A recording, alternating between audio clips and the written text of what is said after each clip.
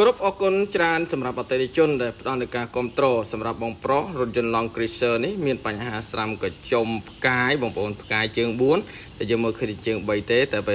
ពេលយើងធ្វើគឺវាមានបញ្ហាជើង4ហើយសម្រាប់ផ្កាយបែបនេះគឺបងប្រុសច្រះយកនៅប្រភេទទឹកថ្នាំ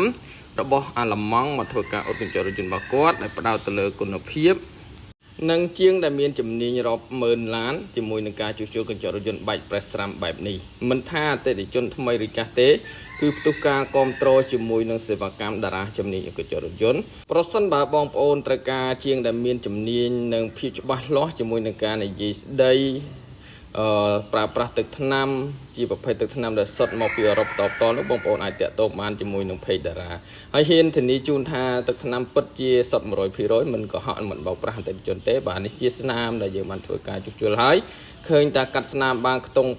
80% ហើយមើលទៅលេខស្អីឃើញច្បាស់ដូចមុនទៀតទៅហើយបងប្អូនបាទអរគុណច្រើនសម្រាប់ការគ្រប់គ្រង